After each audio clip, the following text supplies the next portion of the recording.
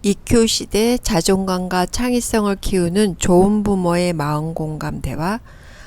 생각하라. 그리고 좋은 부모가 되어라. 비폭력 대화와 마음 공감 대화 6주차. 물질 세계와 정신 세계에 존재하는 법칙. 이 세상은 물질 세계와 정신 세계, 보이는 세계와 보이지 않는 세계, 육체와 영혼, 형이하학적인 세계와 형이상학적인 세계로 대비가 되어 존재한다. 무한한 우주 공간 속에 수많은 별들이 한치의 오차나 오류 없이 자기의 궤도를 지키고 있다. 지금 내가 이곳에 안전하게 앉아 글을 쓰고 있는 것은 중력의 법칙이 있기에 가능하다. 이 지구상의 자연계와 생명체들은 법칙과 질서 속에 순환되며 유지된다.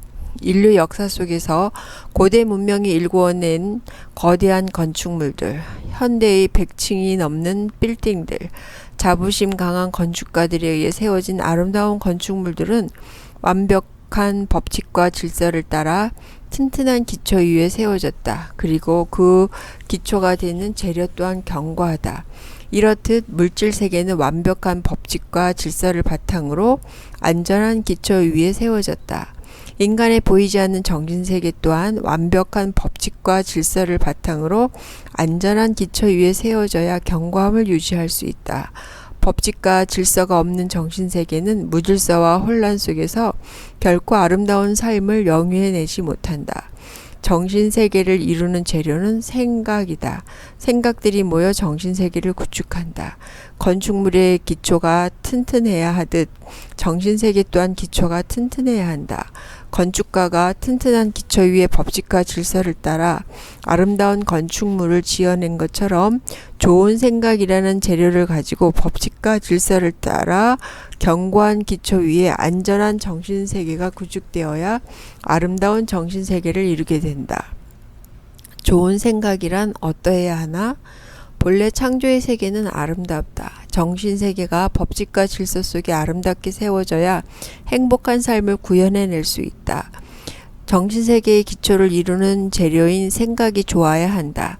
좋은 생각은 무질서가 아닌 질서, 부정이 아닌 긍정, 어두움이 아닌 빛, 불평이 아닌 감사, 미움이 아닌 사랑, 악이 아닌 선이다. 보이는 세상은 아름답게 창조되었다. 아름다운 자연 만물 속에는 사랑이 깃들어 있다. 사랑은 선이다. 보이지 않는 인간의 정신세계 또한 사랑으로 구현이 될 때 아름답고 행복할 수 있다. 보이는 세계는 보이지 않는 세계에 의한 구현이다. 사람의 삶은 그 정신이 어떠한가에 달려있다. 사람이 생각한 대로 현실로 나타난다. 과거의 생각의 결과물이 오늘의 나다. 아름다운 정신세계의 구현을 위해 좋은 재료인 좋은 생각을 선택해야 한다. 선, 즉 사랑으로 정신세계를 구축해 가야 한다. 패러다임이 바뀌어야 한다. 내가 기억하는 어린 시절 나의 아버지는 아침 식사 시간이 되면 가부좌를 하시고 앉아 아침 밥상이 들어오기를 기다리셨다. 항상 아버지의 밥그릇은 중앙에 있었고 주변에 우리들이 둘러앉아 먹었다. 좋은 것 귀한 것은 먼저 아버지가 드셨다. 나는 아버지가 부엌에서 가사일을 하시는 것을 보지 못했다. 대신 여자가 하기 힘든 일은 아버지가 하셨다. 어릴 때부터 남자는 여자는 이라는 말을 많이 들으며 자랐다. 나도 모르게 내 안에 여자의 역할과 남자의 역할에 대한 구분이 지어졌고 이것이 나의 잠재의식 속에 새겨져 내 생각과 행동을 결정하는 패러다임이 되었다. 50살이 넘어서야 나의 인식 변화를 시작으로 많은 시간과 노력을 통해 조금씩 바뀌어 갔다. 나이가 들수록 이런 패러다임의 굳세게 지배를 받는다. 오랜 세월 이어온 사고와 행동의 습관으로 익숙해진 삶은 바뀌기 쉽지 않다. 그래서 대개의 사람들은 나이가 들수록 완고해지고 새로운 것을 수용하기가 어렵다. 그러나 깨달음과 사고의 변화, 인식의 전환에 대한 굳센 의지가 있다면 변화가 가능하다. 즉 패러다임도 바뀔 수 있다. 지금 여기서 내가 오감각을 통해 느끼고 사고하는 것들은 현재의식이다. 이 현재의식은 잠재의식의 영향을 받아 해석하고 표현하고 행동한다. 나의 습관적인 행동과 사고 패턴은 잠재의식의 지배를 받고 있다. 이런 것들이 모여 나의 패러다임이 되고 패러다임으로 굳혀지면 변화가 어렵다. 그럼에도 불구하고 생각하는 힘은 우리의 잠재의식을 바꾸고 나의 패러다임을 바꿀 수 있다. 잘못된 패러다임이라면 변화가 되어야 한다. 인간은 본능적으로 행복을 추구한다. 우리의 잠재의식이 창조적 상태의 선함으로 가득하면 우리의 삶은 행복할 수 있다. 그러나 인간이 부정성의 자아에 의해 형성된 잠재의식에 의해 현실의 삶이 지배받게 되면 인간은 결코 행복을 누리지 못한다. 사람들은 자동적으로 올라오는 생각에 의해 여과 없이 말하고 행동한다. 지금 내가 하고 있는 생각이 긍정적인 결과를 낳을 것인지 부정적인 결과를 낳을지 말하거나 행동하기 전에 생각해 본다면 잠재의식 속에 결코 부정적인 것들로 채우지 않을 수 있다. 다시 말해 상황이나 관계 속에서 일어나는 사건과 상황을 느끼고 해석하고 표현하는 것은 나의 선택의 결과이다. 이 생각의 선택을 내가 의도적으로 긍정적이고 선한 것으로 바꾸는 작은 습관들이 모이면 위대한 힘을 발휘하게 된다.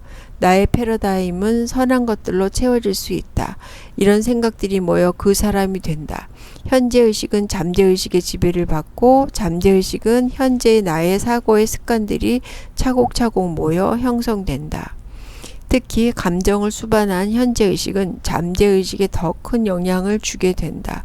그래서 어릴 때 행복한 감정이 수반된 경험들이 많을수록 인생에 고비가 있을지라도 실패를 딛고 일어설 수 있는 회복 탄력성이 좋다. 반면 부정적이고 불편한 충격적인 감정이 수반된 경험들은 평생 트라우마가 되어 힘든 삶을 살게 된다. 생각이 곧 그 사람이고 생각이 현실이 된다. 내 생각은 잠재의식의 지배를 받지만 의식적으로 잠재의식을 바꿀 수 있다. 순간순간의 내 생각을 관찰자의 시각으로 성찰하는 부단한 노력이 필요할 뿐이다. 아이들은 어른들을 통해 세상을 알아가고 그들이 무의식 세계를 형성해 간다. 우리 어른들은 부모들은 아이들의 무의식 세계에 어떤 씨앗들을 심어주고 있는가? 지금 나의 생각이 그들에게 심는 씨앗이 되고 있다. 내 생각 속에 무슨 일이 벌어지고 있는지 관찰자의 눈으로 주시하고 생각이라는 집에 넣고 있는 생각들을 관리해야 한다. 이것을 놓치면 내 인생은 내가 의도하지 않은 대로 흘러간다. 처음에는 아주 작은 물줄기가 나중에는 범람하는 강줄기 같은 힘을 발휘하여 쓸려 내려가 버린다. 부모 곁에 나의 자녀도 같이 있다는 것을 잊지 말아야 한다. 무의식적으로 하는 수많은 행동이 모여 습관이 된다. 이런 무의식적인 부모의 생각과 행동들이 어린 자녀들에게 강력하게 영향을 미친다. 어린 자녀들이 다 채워지지 않은 잠재의식이라는 컵 속에 부모의 생각이라는 물방울들이 차곡차곡 채워지고 있다. 우리 자녀들의 컵에 어떤 물을 채워줄 것인가? 맑은 물인가? 구정물인가? 학교 교육에서 우선해야 하는 것은 새로운 지식을 주입하는 것이 아니라 지성을 잘 가꾸어 갈 수 있는 마음을 다스리는 훈련을 먼저 받아야 한다. 결혼을 했다면 부모가 되기 전에 이런 마음을 다스리는 훈련을 먼저 받고 변화된 후에 자녀를 낳고 키워야 할 것이다. 첫 단추가 잘못 끼워지면 다시 풀어야 제대로 끼울 수 있는 것과도 같다.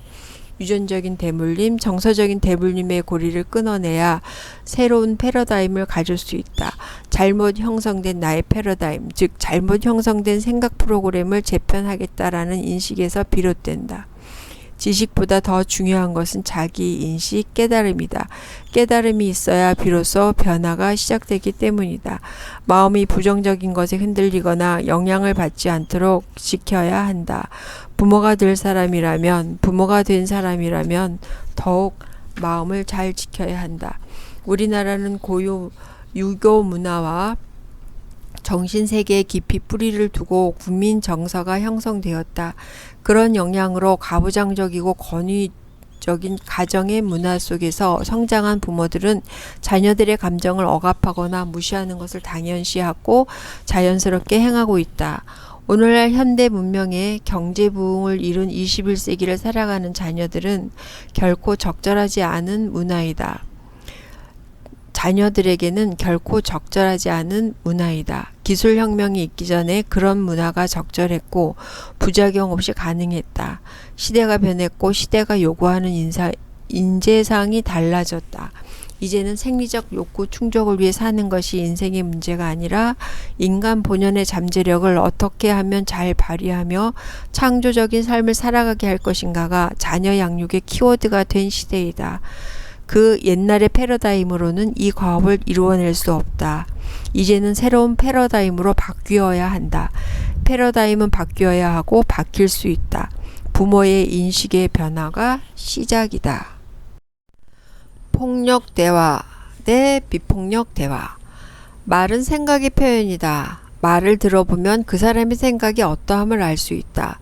긍정의 생각을 갖고 있으면 긍정적인 표현을 한다. 부정의 생각을 갖고 있으면 부정적인 표현을 한다.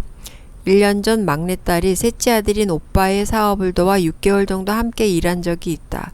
딸이 대학 졸업 학기를 마칠 무렵 취업 전에 잠시 틈을 내어 오빠 일을 도와주기로 한 것이었다. 그런데 이 둘이 처음에는 의기투합해서 잘하는 것 같더니 한두 달이 지나자 불편한 관계로 이어졌다. 딸은 오빠는 말을 이쁘게 하지 않아 였고 아들은 얘는 나에 대한 리스펙이 없어 였다. 딸은 오빠가 자신이 잘한 일은 당연시하고 인정하는 말 한마디 없다가 자기 생각과 다르거나 자기 기분이 안 좋을 때는 감정 섞인 어투로 함부로 말한다는 것이었다. 아들은 자기가 대표인데 직원들 앞에서 대표로서의 리스펙을 표현해주지 않는다는 것이 불만이었다. 이 남매의 갈등 상황은 일반적인 인간관계에서 흔히 볼 수 있는 모습이다. 상대의 잘한 점, 긍정적인 면, 감사한 점에 초점을 두기보다 부정적인 면에 초점을 두고 판단과 평가의 생각이 비난의 언어가 되어 서로 언어 폭력을 행사한다. 상대로부터 부정적인 말을 들으면 감정이 불편해지고 상대를 공격하거나 방어하면서 공감보다는 감정의 대립으로 이어지게 된다. 누구나 자신의 감정이 불편해지면 상대의 감정보다 자신의 감정에 몰입하게 된다. 남녀노소 불문하고 모든 사람은 인정과 존중받을 때 안정감과 편안함을 느낀다. 타인으로부터의 인정은 자신에 대한 신뢰와 가치를 발견하게 되고 상대에게는 마음이 열린다. 그렇다고 매사에 인정과 존중의 말만 할 수 없지만 관계 속에서 말을 할 때는 잘해야 한다. 상대의 감정 속의 숨은 욕구를 찾아내려고 애쓰다 보면 비난 대신 인정과 존중의 표현이 가능하다. 우리가 일상의 관계 속에서 말할 때 생각이 판단과 평가를 하고 있다면 이어지는 표현은 비난이 되기 마련이다. 이는 곧 폭력적인 언어가 되고 상대는 다시 폭력에 맞설 준비를 하게 된다. 판단과 평가가 아닌 관찰과 공감의 습관을 들여야 대화가 편하게 이어질 수 있다. 일상 관계 속에서 말을 잘할 수 있는 기법들이 다양하다. 미러링, 정서적 반영하기, 나전달법, 비폭력 대화법, 마음공감 대화법 등 긍정적인 상호작용을 위한 언어 기술들이 있다. 비폭력 대화. 사람들은 폭력적인 것을 당연히 싫어한다. 폭력적인 곳에는 평화가 없다. 마음의 평화를 깨는 언어가 폭력적인 언어이다. 그래서 폭력적인 언어는 정서적인 학대가 된다. 자녀들에게 행사하는 학대는 신체 학대와 정서 학대가 있다. 신체 학대는 물리적인 힘에 의한 것이고 정서 학대는 주로 언어에 의한다. 폭력은 물리적인 힘을 사용하여 상대를 제압하는 행위이다. 언어도 폭력적인 언어가 있다. 말로 상대를 공격하고 정서학대를 일으킨다. 비난, 강요, 비교, 판단과 평가, 지시 등의 언어가 이런 폭력적인 힘을 행사한다. 학생 복장이 그게 뭐니? 내가 형인데 동생도 잘해야 되겠지.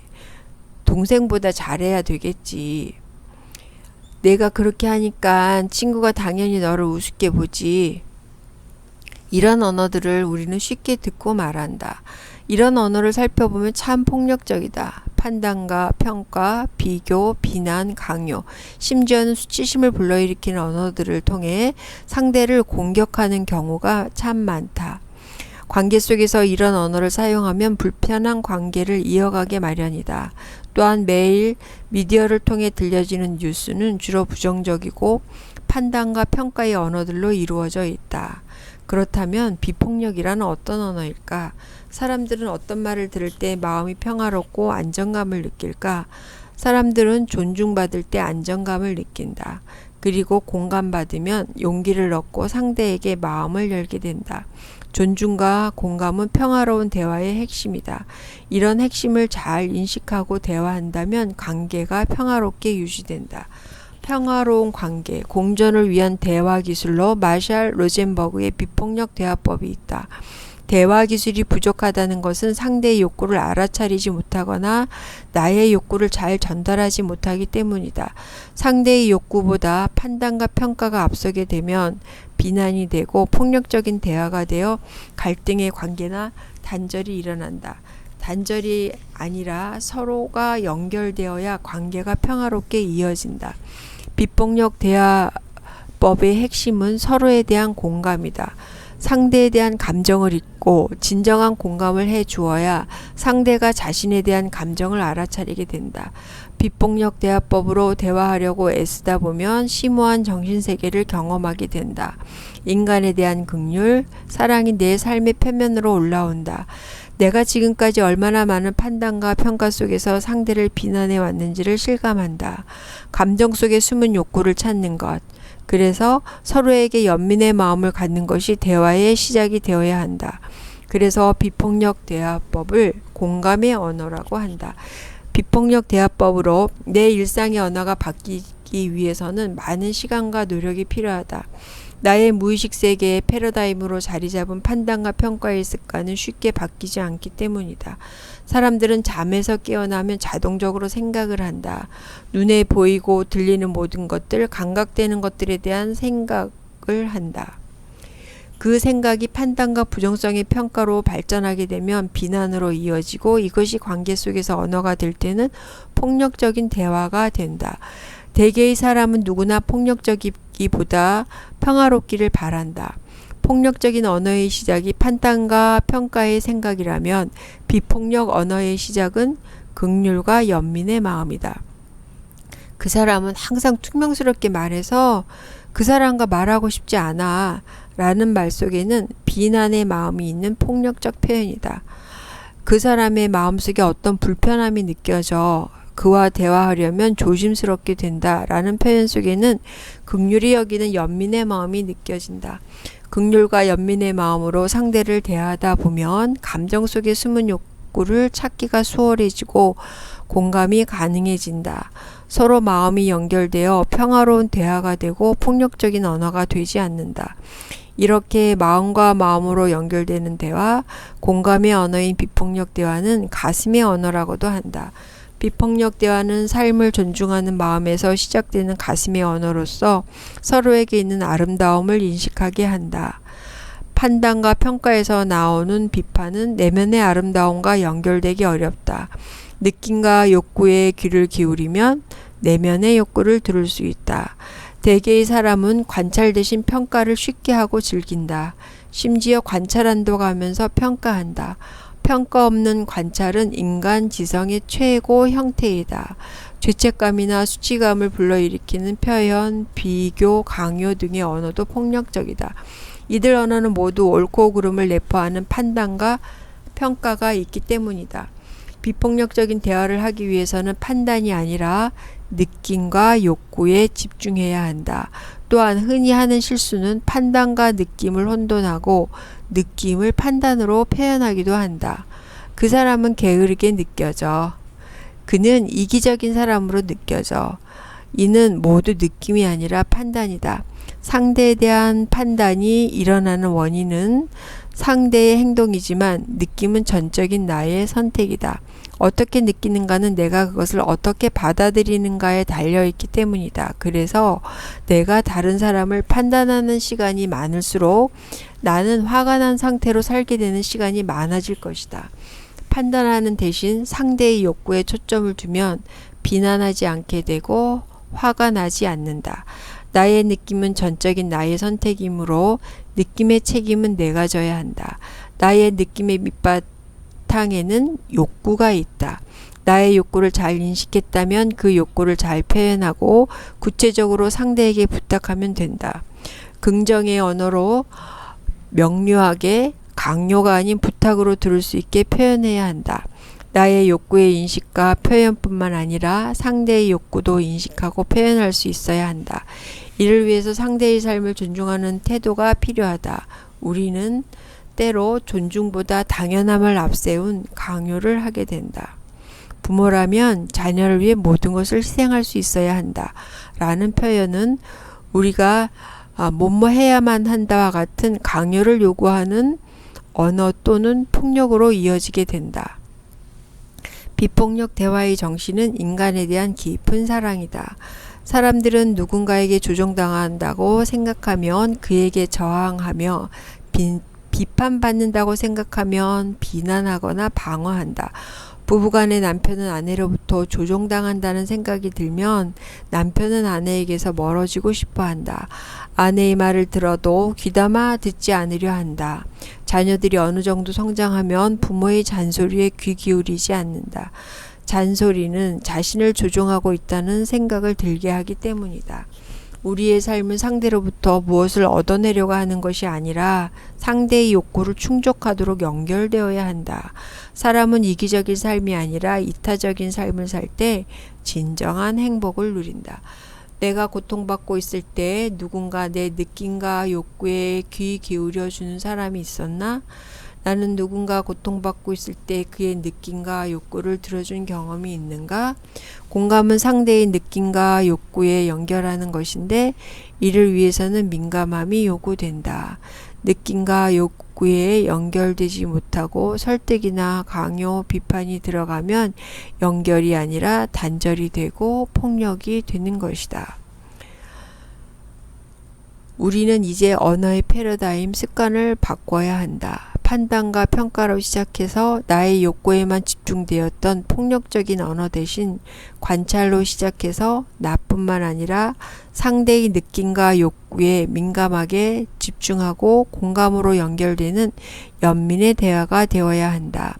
가슴의 언어, 사랑의 언어, 존재에 집중하는 언어, 비폭력 대화는 진정한 사랑, 연민이다.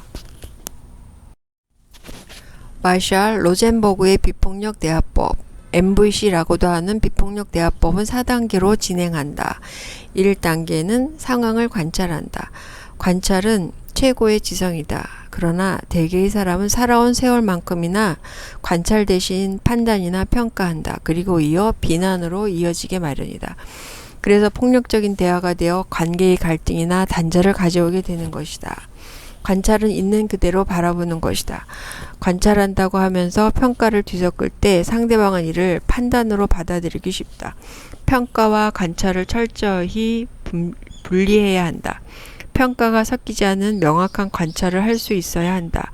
평가가 들어가지 않은 관찰, 인간 지성의 최고의 형태이다.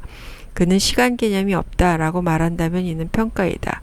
그는 지난번 3번의 약속에서 모두 30분이 지난 후에 왔다라는 말은 관찰에 따른 표현이다. 인간은 상황 자체가 아니라 그 상황을 바라보는 관점 때문에 고통당한다. 에픽테토스. 2단계는 나의 느낌을 알아차리고 표현한다. 자신의 솔직한 느낌을 인정하고 표현하는 것이 갈등을 해결하는 데 도움이 된다. 이때 느낌과 생각을 구별해야 한다. 생각을 느낌이라고 착각할 수 있다. 생각과 느낌은 다르다. 당신이 좀 더 분별이 있어야 한다고 느껴 라든가 나는 실패한 사람같이 느껴져 라는 표현은 느낌이 아니라 생각이다. 당신이 분별력이 없는 것 같아 실망스럽다. 라든가 나는 실패한 사람 같아 우울하다 라고 말한다면 이는 평가에 대한 느낌을 표현한 것이다. 무시당했어 라는 표현은 느낌이 아니라 다른 사람의 행동에 관한 생각이나 해석이다. 무시당하니 비참해져 라는 표현은 다른 사람의 행동에 대한 해석이고 그로 인한 느낌이다. 자신의 느낌을 명확하고 구체적으로 표현할 수 있는 어휘를 늘리려면 좀 더 쉽게 연결될 수 있다. 느낌을 솔직히 표현함으로써 자신의 솔직한 내면을 인정하는 것이 갈등을 해결하는 데 도움이 될 수 있다. 느낌을 표현하는 말, 생각이나 평가를 나타내는 말을 구별할 수 있어야 한다. 욕구가 충족되었을 때의 느낌을 표현하는 말은 감격한, 감동한, 감사하는, 더없이 행복한, 안심되는, 마음이 넓어지는, 마음이 놓이는, 만족스러운, 명랑한, 멋진, 용기를 얻은, 유쾌한, 의기양양한, 자신만만한, 친근한, 행복한 등의 표현이다. 욕구가 충족되지 않았을 때의 느낌을 표현하는 말은 갑갑한, 걱정되는, 겁나는, 겁에 질린, 고독한, 곤란한, 낙담한, 냉담한, 억울한, 긴장되는, 우울한, 힘이 빠지는, 마음이 상한, 속상한, 무감각한, 무서워하는, 불쌍한, 지겨운 등의 표현이다. 이 외에 다양한 느낌을 표현하는 말들이 있다. 이런 단어들을 친숙하게 사용할 수 있다면 자신의 느낌을 구체적으로 전달할 수 있을 것이다. 3단계는 나의 욕구를 인식한다. 욕구를 의식하고 자신의 느낌에 대해 책임지기이다. 다른 사람들의 말과 행동은 나의 느낌을 불러일으키는 자극이지 원인이 아니다. 느낌은 나 자신의 필요와 기대에 따라 달라지기 때문이다. 그러므로 나의 느낌에 대한 원인은 나의 생각이므로 나의 느낌에 대한 책임은 상대가 아니라 나의 욕구이다. 나의 욕구를 잘 인식하기 위해 느낌과 연결하면 수월하고 다른 사람에게 나의 욕구를 인정받기도 수월해진다. 나는 무엇이 중요하기 때문에 무엇을 느낀다.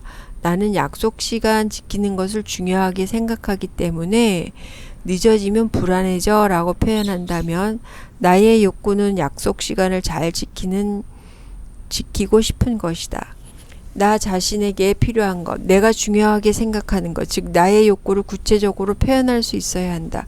이렇게 나의 느낌을 욕구와 연결하여 표현할 때 상대는 나의 욕구에 연민과 공감으로 반응하게 된다. 그러나 욕구 대신 평가, 해석, 분석, 강요 등으로 표현하면 상대는 비판과 비난으로 듣기 쉽다. 갈등 관계를 보면 욕구를 표현하기보다 상대를 분석하는 데 능숙하다. 상대를 비난하기보다 자신들이 원하는 것을 말하기 시작하는 순간부터 나와 상대의 욕구를 충족할 방법을 찾기가 수월해진다. 나의 욕구를 분명하게 표현하면서 상대의 욕구 또한 존중하고 연민과 공감으로 반응할 수 있어야 한다.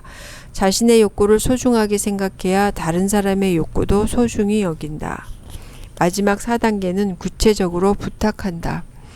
비판, 분석, 비난, 진단하는 것이 아니라 관찰하고 느끼고 원하는 것을 표현하고 부탁할 때 상대로 하여금 연민을 불러일으키고 상대와 연결이 된다. 부탁할 때는 긍정적인 언어를 사용한다. 원하지 않는 것 말고 원하는 것을 명확하고 긍정적이며 구체적인 행동의 언어로 부탁한다. 모호한 표현은 혼란을 일으킨다. 느낌만을 표현하고 원함을 말하지 않으면 상대는 내가 무엇을 원하는지 분명하게 알지 못하며 또한 느낌과 욕구를 표현하지 않은 부탁은 명령처럼 들릴 수 있다. 상대에게 나의 느낌과 욕구를 명확하게 표현할수록 나의 욕구가 충족될 가능성이 커진다. 상대가 나의 말을 분명하게 이해했는지 질문을 통해서 확인하는 것도 중요하다. 나의 말을 상대가 정확하게 잘 이해해야 나와 상대가 잘 연결될 수 있기 때문이다. 나는 상대에게 어떤 솔직한 반응을 원하는지 인식하고 그것을 구체적인 말로 부탁할 필요가 있다. 부탁이 강요로 받아들여지면 안 된다. 강요는 상대에게 복종 아니면 반항하게 한다. 부탁이 거절을 받을 수 있다는 것을 인정해야 진정한 부탁이다. 거절을 수용하지 못하거나 죄의식을 느끼게 한다면 이는 부탁이 아니라 강요가 되고 비판이나 비난으로 반응하게 된다. 진정한 부탁은 상대가 거절해도 상대의 욕구를 이해하고 공감하고 인정할 수 있어야 한다. 부탁할 때 당위성을 전제한다면 공감에 바탕을 둔 것이 아니라 강요가 된다. 뭐뭐 해야만 한다. 당연히, 마땅히, 정당하다, 자격이 있다, 권리가 있다 등의 표현은 당위성을 전제로 한 강요로서 대부분의 사람들은 이러한 표현을 아주 정당한 것처럼 사용하고 있다. 비판과 비난은 우리의 제2의 천성이 되어 버렸다라고 한 로젠버그의 말처럼 우리의 자동적인 생각은 늘 타인을 향해 조준하고 있다.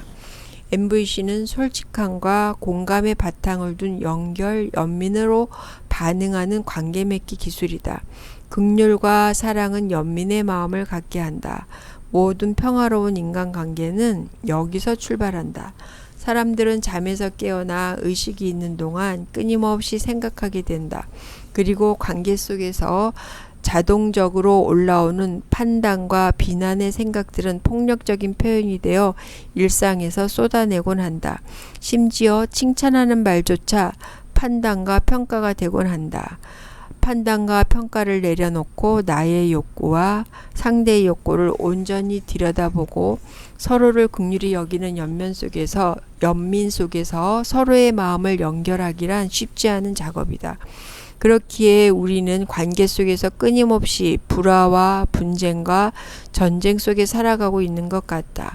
진정한 공감을 받을 때 사람들은 자존감이 생긴다. 비폭력 대화는 이 공감을 잘하도록 돕는 대화법이다. 감정 속에 숨은 욕구를 찾고자 하는 비폭력 대화법은 공감을 쉽게 이루게 한다. 진정한 공감을 통해 평화로운 관계 맺기가 가능해진다. 비폭력 대화는 형태는 단순하지만 이를 실천하기 위해서는 나의 무의식으로부터 올라오는 부정성의 패러다임이 긍정성의 패러다임으로 바뀌어야 가능하다. 판단과 평가의 패러다임이 긍휼과 연민으로 바뀔 수 있어야 한다. 이렇게 비폭력 대화가 일상이 된다면 삶의 근본적인 변화를 가져온다. 내가 얼마나 부정성향의 사람이었고 그래서 폭력적인 사람인지 인식했다면 자동적으로 올라오는 부정성의 판단과 평가를 내려놓아야 한다. 그리고 관찰을 통해 올라오는 내 느낌과 상대의 느낌, 그리고 나의 욕구와 상대의 욕구에 집중하고 긍휼과 연민의 마음을 갖는 태도의 변화를 이루어야 한다. 자동으로 떠오르는 내 생각에 대해 관찰자의 눈으로 바라보며 말하기 전에 나 자신에게 질문을 하자. 나는 지금 평가하고 있나? 나는 판단을 하고 있나? 상대의 욕구가 무엇인지 알고 있나? 이 순간 나의 욕구는 무엇이지? 그리고 생각 정리가 되었다면 말하라. 마음 공감하기. 부모가 모델이다. 자녀가 어릴수록 아이의 감정과 욕구를 민감하게 살피고 반응해 주어야 한다. 엄마가 민감성을 갖고 아이에게 반응해주면 아이는 안정애착을 형성할 확률이 높다. 영유아기에도 부모가 일상에서 자녀의 감정에 민감하게 반응하여 마음을 읽어주고 공감해주면 아이들은 정서적으로 안정이 되어 자기조절을 잘하는 아이로 성장한다. 뿐만 아니라 아이는 삶 속에서 부모의 이런 태도와 언어를 자연스럽게 배우고 익히게 된다. 그래서 부모로부터 공감과 배려의 경험을 받고 자란 아이들은 서로 다른 사람의 마음을 공감하고 배려할 줄 아는 사람이 된다. 어린이집에서 유아가 되면 친구들에게 인기 있는 아이들이 눈에 들어온다. 그 아이들의 특징은 친구의 마음을 잘 읽고 배려할 줄 아는 아이들이다. 반면 친구들이 놀이에 함께하기 싫어하는 친구도 있다. 다른 친구들의 마음을 읽어주지 못하고 자기가 하고 싶은 대로 하기 때문에 친구들이 불편해한다. 유아들이 놀이를 지켜보면 인지가 먼저 아니라 정서 발달이 더 중요하다는 것을 현장에서 뼈저리게 느낀다. 정서 조절 능력이 있는 아이들이 놀이를 즐기며 솔선감과 리더십도 발휘하고 친구들과의 관계도 원만하며 친구들 사이에서 인기 또한 높다. 부모들은 아이들이 언어와 수에 능한 똑똑한 아이가 되길 원하여 인지적 자극을 주고 싶어 한다. 영유아기의 미디어 기기를 활용한 과도한 인지적 자극은 한글과 수를 떼고 영어 젠트를 부르게 할 수는 있어도 정서 발달의 불균형을 초래할 확률이 높다. 또래와의 놀이가 원만하지 않으면 놀이를 통해 일어나는 배움의 기회를 갖지 못하게 된다.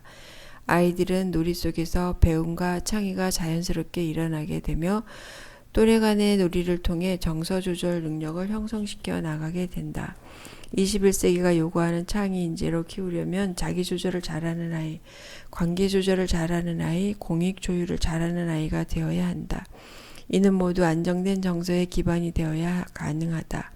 이제는 인지 능력보다 정서 조절 능력이 더 중요한 시대이다. 똑똑함보다 공감할 줄 아는 정서가 더 중요하다. 다음의 예화는 유어반 교실에서 있었던 일화이다. 아름이는 친구의 마음을 잘 읽어주는 여자친구이다. 그래서 친구들에게 인기가 좋다. 다운이는 친구의 마음을 읽는 것이 어렵고 친구에게 다가가는 방법이 서툴러 돌발 행동으로 관심을 끌려 하는 남자친구이다. 어느 날 아름이가 블록으로 성을 만들고 있는데 다운이가 갑자기 다가와서는 아름이가 쌓아놓은 블록을 가지고 도망하듯 멀리 가버린다. 평소에도 다운이는 친구들의 놀이를 이런 방식으로 방해하곤 하였다. 그래서 며칠 전 선생님이 친구들과 이야기 나누기를 통해 다운이가 친구들과 놀고 싶어서 그러는 것이니 다운이가 친구들 놀잇감을 가져가면 소리 지르거나 화내지 말고 같이 놀자라고 해주자 한 터였다. 아름이가 다운이를 물끄러미 쳐다보더니 다운아, 블럭놀이 하고 싶구나? 같이 놀아도 돼. 다른 친구들은 야, 가져가지 마! 라며 소리를 쳤는데 아름이가 자기의 마음을 읽어주는 표현을 하니 의외라는 듯 다운이는 아름이를 가만히 바라본다. 잠시 머뭇거리더니 다운이가 블럭을 가지고 와서 아름이와 함께 논다. 그 뒤로 다운이는 아름이를 참 좋아한다. 다른 친구들은 자기 행동에 화를 내었는데 아름이는 친구들과 놀고 싶어하는 자기의 마음을 알고 같이 놀아주었기 때문이다. 친구의 마음을 읽을 줄 알고 공감과 배려의 능력이 형성된 아이들은 모두가 좋아하는 인기 있는 아이가 된다. 이는 어른의 세계도 마찬가지이다.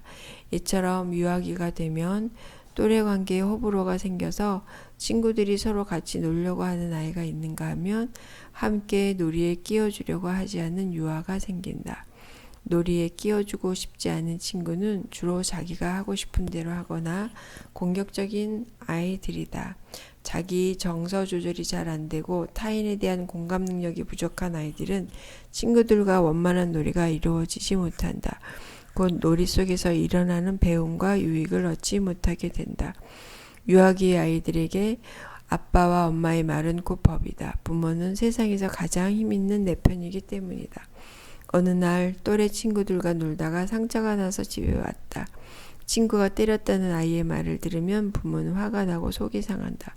다음에도 또 그러면 맞고만 있지 말고 너도 똑같이 때려줘 라고 말한다면 이 말은 아이에게 곧 법이 된다.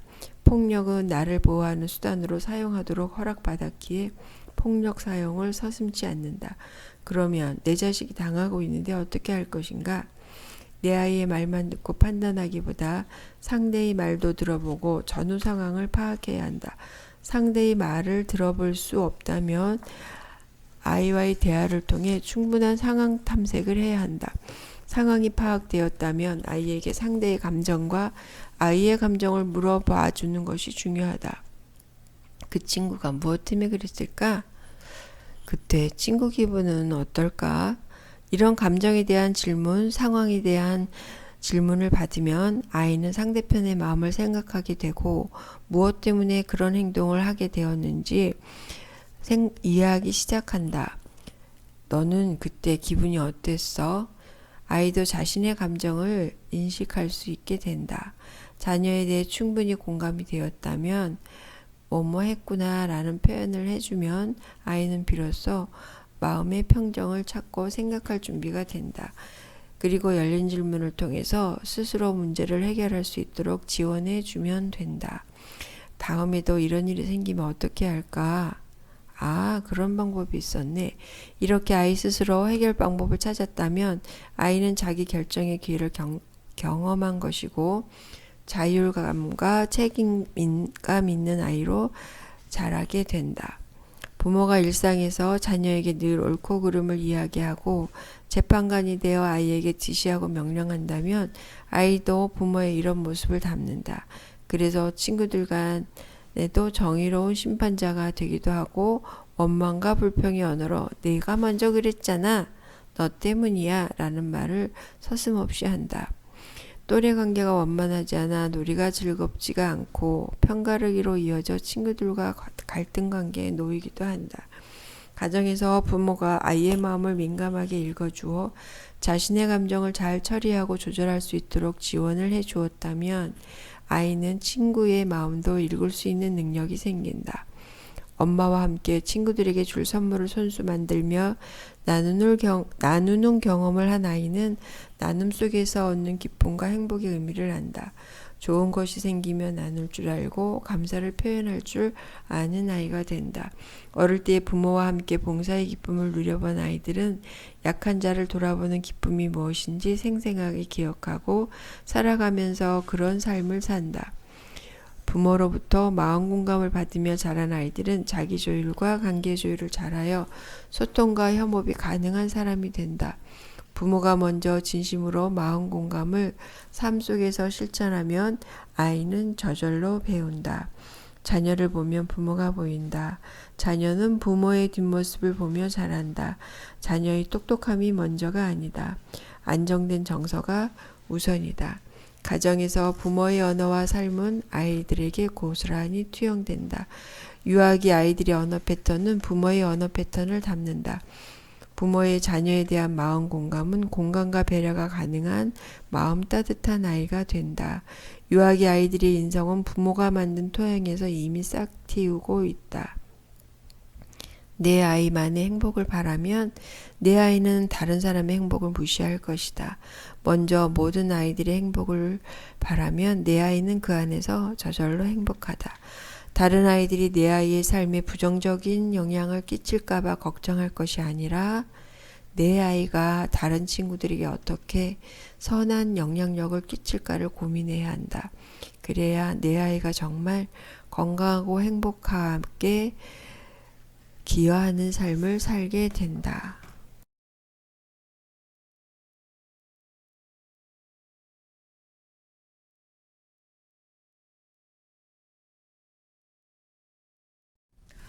마음공감 대화법을 새롭게 정의하다.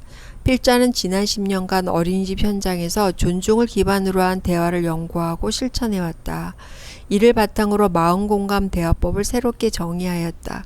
이 대화법은 영유아기뿐만 아니라 모든 관계에 적용할 수 있다. 크게 3단계로 진행되나 상황에 맞게 한두 단계만 실행해도 된다. 논리적 사고가 준비가 안 된 영아는 2번째 단계인 마음 공감만 잘해주어도 된다. 사람은 누구나 공감을 받으면 정서적으로 안정감을 느끼고 서로 연결이 된다. 대화가 가능하고 사고 능력이 생긴 유아기 이후의 자녀라면 3번째 단계인 열린 질문을 통해 해결책을 찾도록 지원해주면 된다. 감정은 좋고 나쁨이나 옳고 그름이 없다. 감정은 있는 그대로 존중해 주어야 하나 감정을 잘 처리할 수 있어야 한다. 부정적 감정을 누구나 경험할 수 있지만 그 감정을 처리하는 방식은 개인의 선택에 의한다. 그래서 그 결과는 선택에 의한다.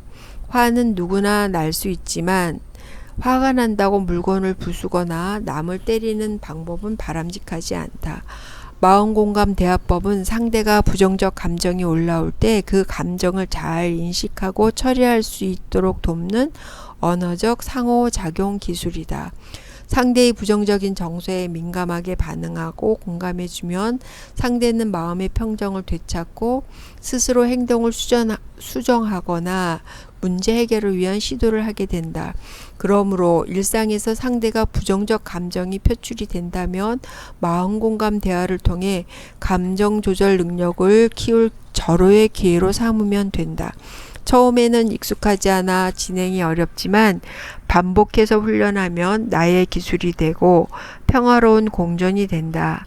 끊임없는 반복이 최선이다. 마음공감 대화법은 크게 3단계로 진행되는데 첫 번째 단계에서 나의 정서 조율을 위해 심호흡을 종종 사용할 수 있다. 심호흡과 정서 조율. 마음공감 대화법을 시도하기 전에 나의 감정이 불편하다면 상대의 마음공감을 하기 어렵다. 먼저 나의 마음이 평온하도록 조절해야 한다. 심호흡을 통해 마음을 안정시킬 수 있다. 심호흡은 일상에서 스트레스가 올라올 때 사용하면 좋다. 현대인은 스트레스가 많다. 스트레스가 발생하면 자율신경계가 제대로 기능하지 않기 때문에 스트레스는 만병의 원인이 된다. 생활 속에서 발생하는 스트레스는 누구나 받게 되지만 스트레스에 압도되지 않도록 중화시킬 수 있는 방법이 여러 가지가 있다. 그 중에 쉽게 할 수 있는 방법이 심호흡이다. 스트레스가 올라오면 심박수가 달라지고 심파가 불규칙하게 된다. 심파가 고르고 안정된 상태가 스트레스가 없는 상태다. 심호흡은 스트레스로 인해 심파가 불규칙해졌다면 심호흡으로 심파를 고르게 해서 스트레스를 완화시키는 방법이다. 즉 심호흡으로 심파를 의도적으로 안정시킬 수 있다. 자율신경계에 의해 기능하는 장기 중에 유일하게 내가 조절할 수 있는 기관이 폐이다. 폐는 심장과 가장 가까이 있어 폐의 크기로 심장을 압박했다가 이완시켰다가 하면서 심박수를 조절하고 심파가 규칙적으로 발생할 수 있도록 돕는 방법이다. 심호흡은 자주 해도 좋다. 긴장 상황이나 부정적인 정서가 올라올 때 심호흡하면 편안해진다. 들이쉬고 내쉬기를 평소의 호흡보다 3, 4배 길게 하면서 생각은 멈추고 호흡에만 집중한다. 들숨, 멈춤, 날숨의 순서를 따라 5대 5대 5 호흡법, 4초 4초 4초 호흡법, 4초 4초 8초 호흡법 등 다양하다. 자기에게 맞는 호흡법을 택해서 3회 이상 반복하면 된다. 심호흡을 하면서 모든 부정적 생각이나 일상의 잡념은 내려놓아야 한다. 생각을 멈추기가 힘들면 편안한 자연의 풍경이나 좋은 기억을 떠올리거나 긍정의 생각, 특히 감사한 것들을 떠올리면 심파가 안정되는데 매우 효과적이다. 욱하고 감정이 올라올 때 심호흡 2-3번만 해도 감정이 편안해진다. 역류하기에 감정 조절이 안 되는 아이들을 꼭 안아주면서 심호흡을 함께 해주면 아이의 감정이 금방 편해지는 것을 느낄 수 있다. 역류학이나 청소년기 부모들이라면 자녀들과의 관계 속에서 힘든 상황이 자주 발생한다. 이럴 때 심호흡을 통해 마음을 안정시킬 수 있다. 앞으로 계속 실천으로 이어질 마음 공감 대화를 진행할 때 마음의 안정을 위해 심호흡을 종종 사용하게 될 것이다.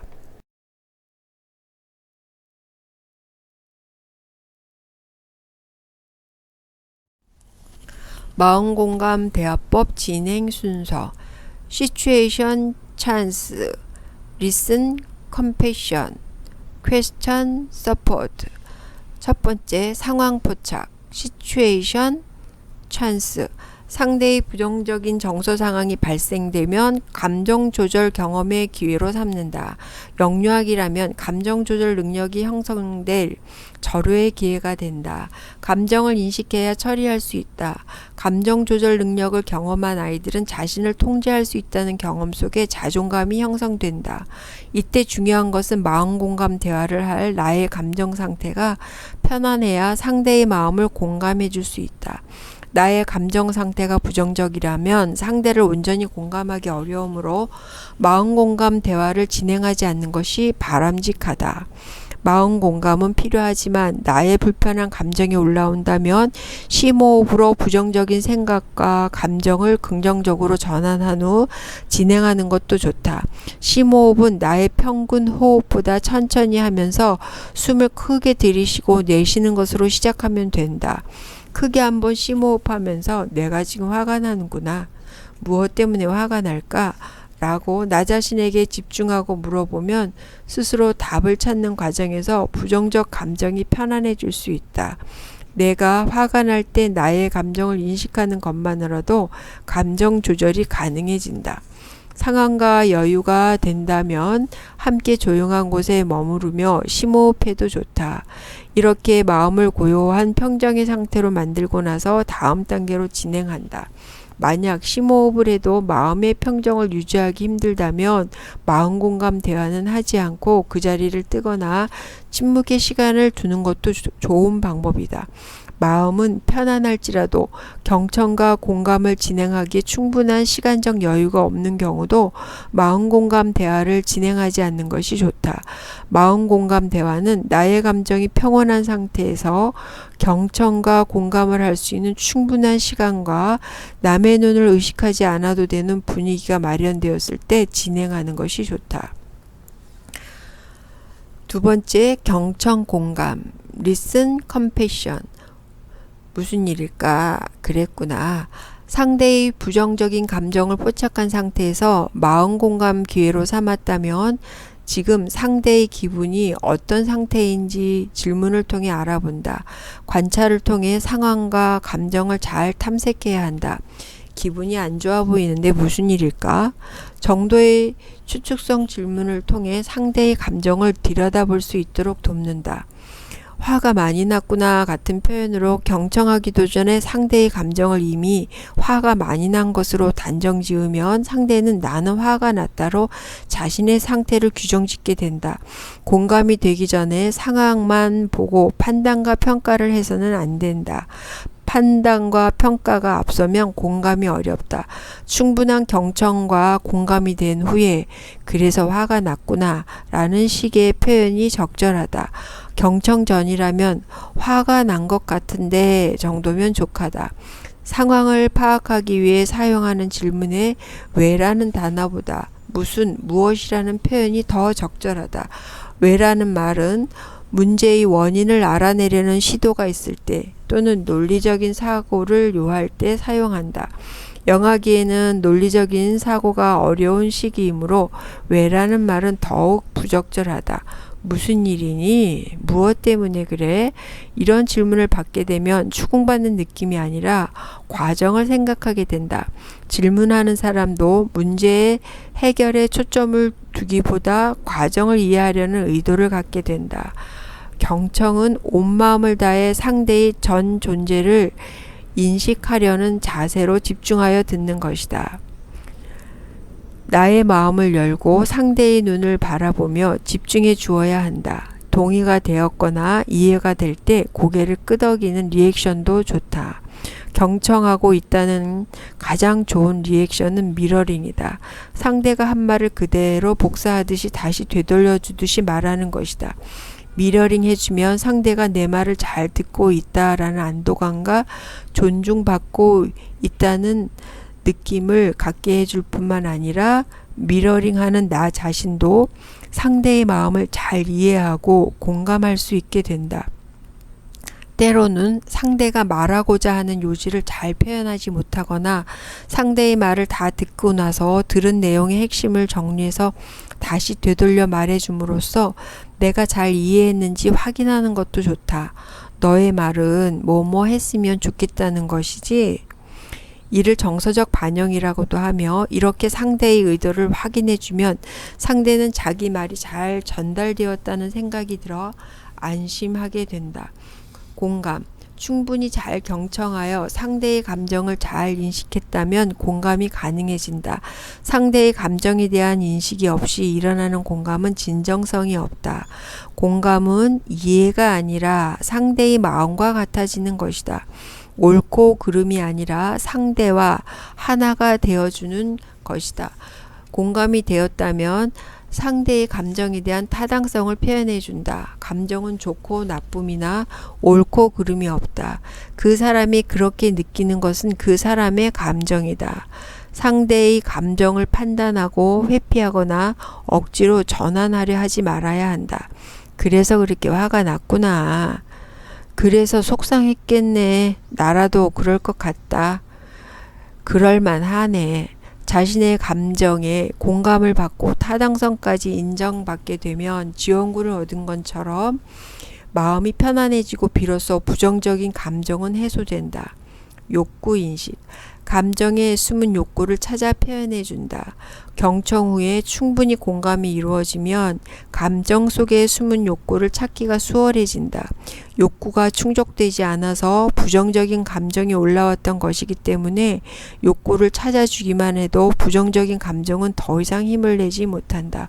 그래서 너는 어떻게 하고 싶니? 너는 그것이 하고 싶었다는 거구나. 3. 질문 지원 question support. 그럼 어떻게 할까? 열린 질문으로 상대가 스스로 문제 해결을 할 수 있도록 돕는다. 상대의 불편했던 감정이 처리되고 욕구까지 알아차렸다면 상대는 문제를 해결할 준비가 된 것이다. 내가 판단하고 지시하지 않아도 방법을 찾고자 한다. 닫힌 질문이 아니라 열린 질문을 하면 두뇌는 전두엽의 사고 기능을 활용하여 해결책을 찾기 위해 빠른 속도로 회전한다.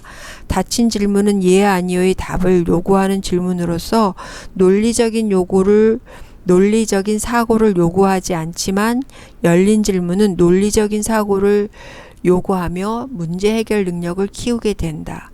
그러면 어떻게 할까? 서로 사이좋게 지내려면 어떤 방법이 있을까?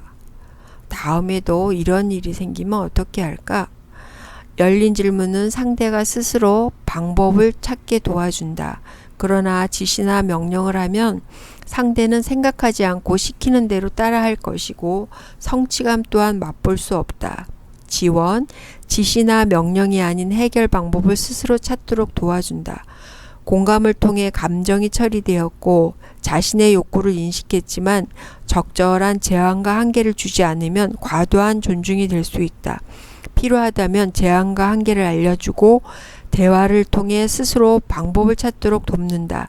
이 단계에서 주의할 것은 문제 해결이 목표가 되어 설득과 유도를 하지 말아야 한다. 아이에게 주도권을 주고 지원하는 입장이 되어야 한다.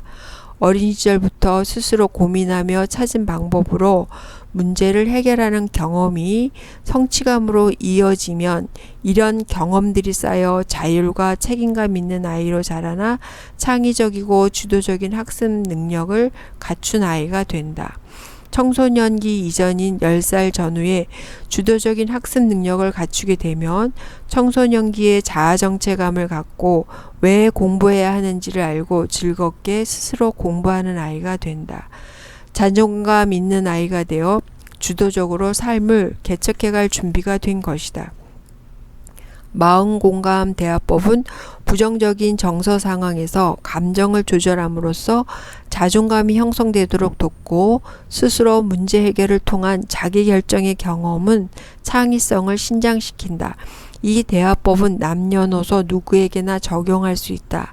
상대의 감정과 숨은 욕구를 민감하게 살피고 마음을 공감하게 되면 서로 마음이 연결되고 편안해지면서 사고 능력이 정상적으로 기능하게 된다. 감정이 분화되고 인성이 형성되는 시기에 영유아기 자녀에게는 자존감 형성을 위해 더욱 유효하고 적절한 도구가 된다.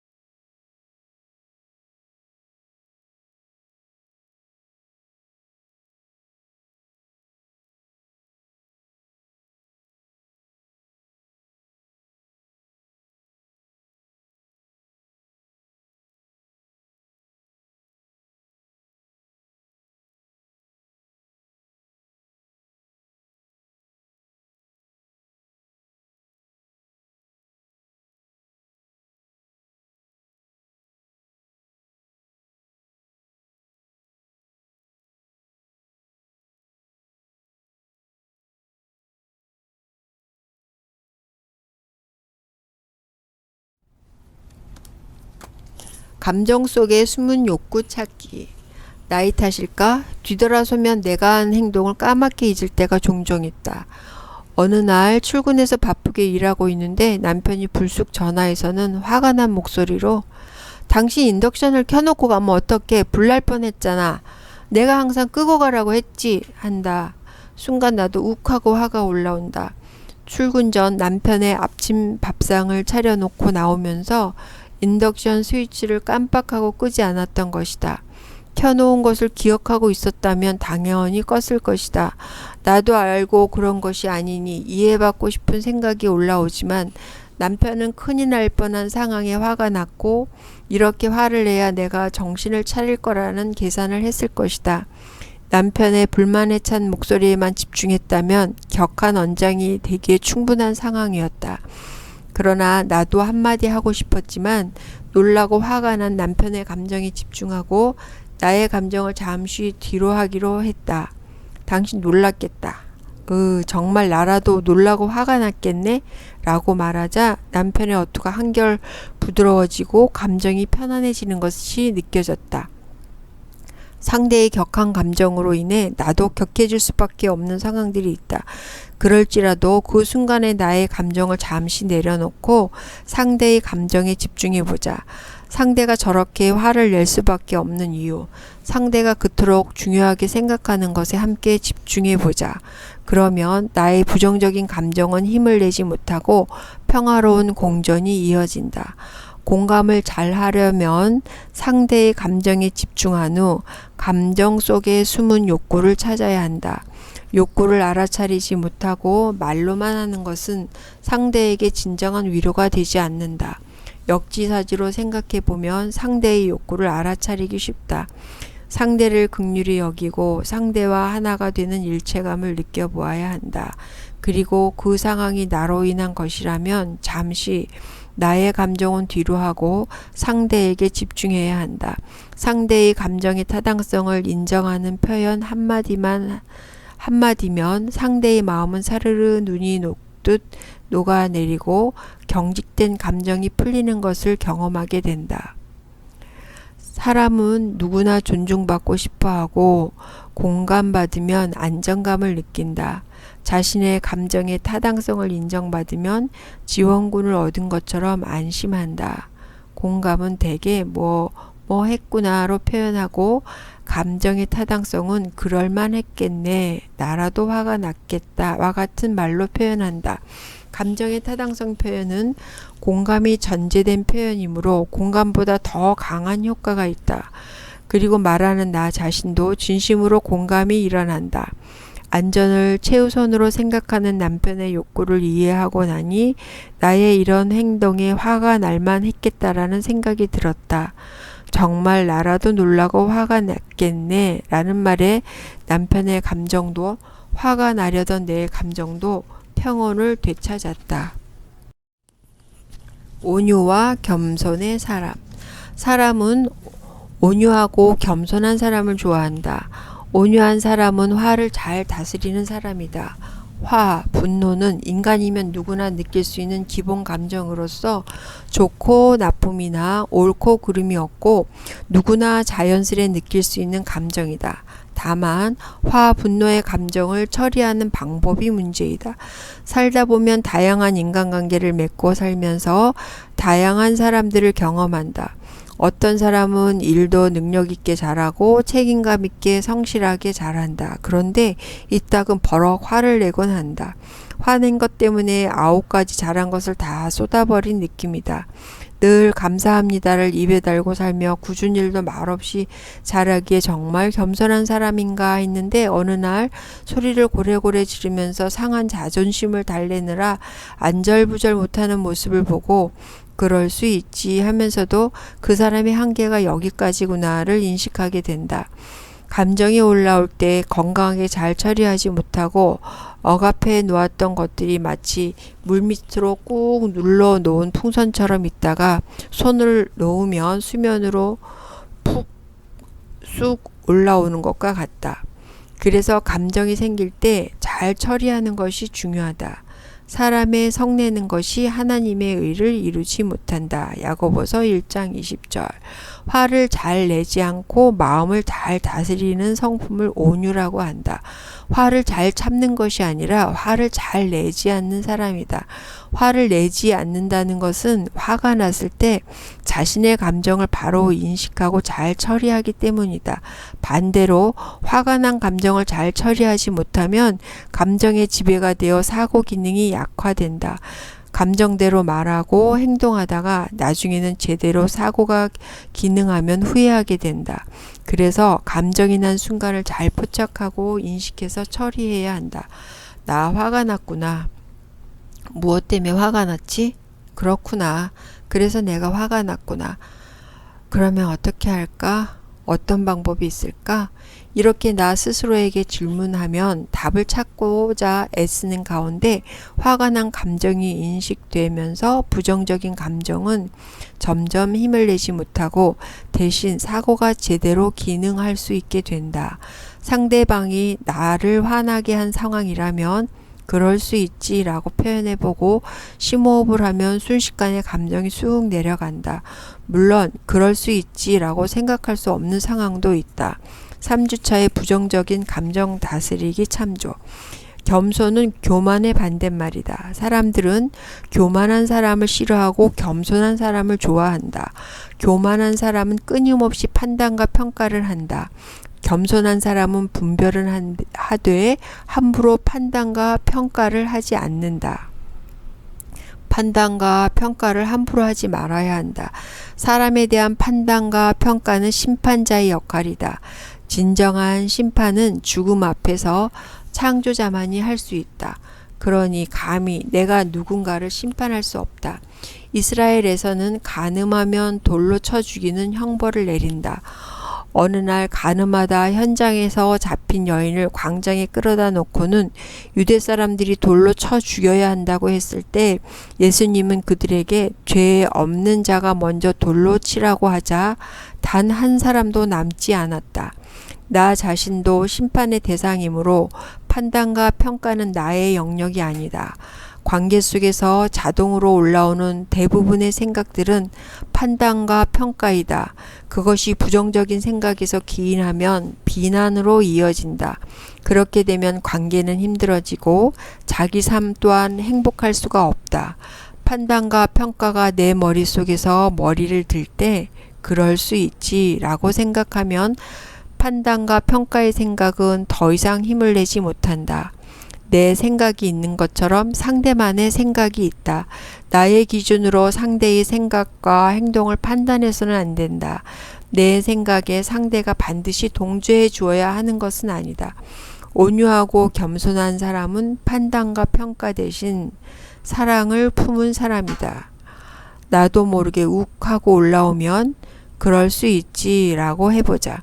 그래도 안 되면 나의 감정을 들여다보자. 내가 무엇 때문에 이렇게 화가 날까? 온유하고 겸손한 사람은 함부로 성내지 않는다. 이런 성품의 소유자가 되는 것 또한 긍정 성향으로 세상과 자신을 바라볼 수 있어야 가능하다. 겸손은 신성한 자질이고 그러므로 절대적으로 강력하다. 온유한 사람은 저항하지 않음으로써 이기고 자신이 패배하는 것을 허용함으로써 최고의 승리를 획득한다. 제임스 앨런. 6주차 쉬어가는 시간입니다.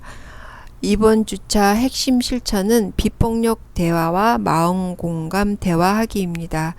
나의 감정과 욕구, 너의 감정과 욕구는 모두 중요하게 다루어져야 합니다. 6주차 실천을 수행한 후 7주차를 읽습니다. 6주차 실천 비폭력 대화와 마음 공감 대화 1번 6주차의 핵심 내용 요약하기 소감 및 적용점 기록하기 2번째 일상에서 실천하고 기록하기 첫 번째 나의 부정적 감정 상황에서 비폭력 대화 후 일화 기록하기 두 번째, 상대의 부정적 감정 상황에서 마음 공감 대화 후 일화 기록하기. 세 번째, 실천 후 소감 기록하기입니다. 여기까지 잘 오셨습니다.